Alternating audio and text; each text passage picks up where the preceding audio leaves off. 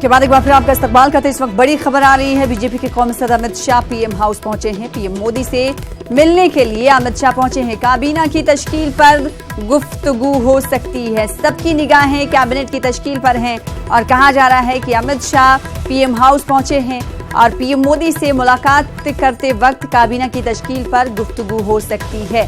तो आज शाम 7 बजे हलफ बदारी तकरीब का इनेकाद किया जा रहा है। वहीं कई पोर्टफोलियो भी दिए जाएंगे। अब देखना ये होगा कि कैसी तस्वीरें रहने वाली हैं। लेकिन इससे पहले मीटिंग्स और गुफ्तगू का दौर भी जारी है। मुलाकातों का सिलसिला जारी है। इससे पहले भी लगातार मीटिंग्स चली। कल की बात करें तो कल भी कई घंटों तक कलमदान की तकसीम पर बातचीत हुई और अब अमित शाह पीएम हाउस पहुंचे हुए हैं। मजीद अपडेट लेंगे। हमारे साथ हमारे नुमाइंदे दिल्ली से विनीत जुड़ चुके हैं। विनीत, अमित शाह पीएम हाउस पहुंचे हुए हैं। कहा जा रहा है कि काबीना की तश्कील, मंत्रालय की तश्कील पर भी गुफ्तगू हो सकती है। क्या कुछ सोर्सेज कह रहे हैं?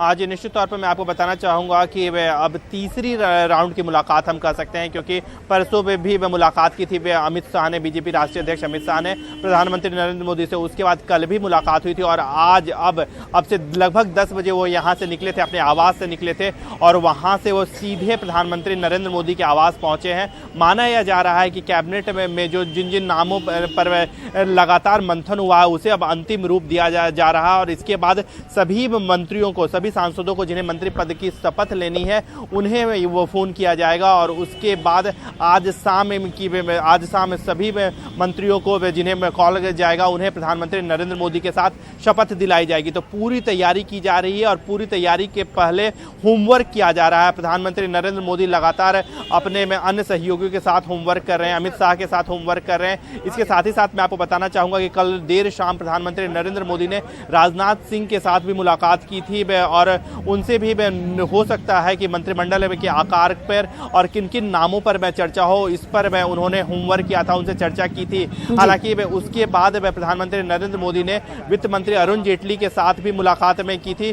तो वहां पर भी लोग सूत्र बता रहे हैं कि उन्हें मनाने की कोशिश की जा रही है। तो खासा मशक्कत की जा रही है मंत्रिमंडल के विस्तार को लेकर के, मंत्रिमंडल के गठन को लेकर के और सभी से चर्चा की जा रही है। मैं आपको बताना चाहूंगा कि कल बीजेपी के राष्ट्रीय अध्यक्छ अमित शाह ने बिहार के मुख्यमंत्री नीतीश कुमार के साथ भी मुलाकात की थी और कैबिनेट में जेडीयू की सहभागिता को लेकर के चर्चा की गई थी। जाहिर सी बात है, अब देखना ये होगा कि जो सहयोगी दल हैं, इत्तेहादी पार्टियां हैं, उन्हें क्या कुछ कलमदान मिलता है। हालांकि तमाम कई ऐसी जो सोर्सेज ये बता रहे हैं कि सहयोगी जो दल हैं, इत्तेहादी पार्टियां, उन्होंने कलमदान की मांगी है। अब देखना ये होगा कि क्या कुछ कलमदान उन पार्टियों को मिलता है और कई वुज़रा के कलमदान तब्दील भी किए जा सकते हैं और नए चेहरे की शमूलियत भी इस बार कैबिनेट में होने वाली है। बेहद शुक्रिया विनीत हमारे साथ जुड़ने के लिए।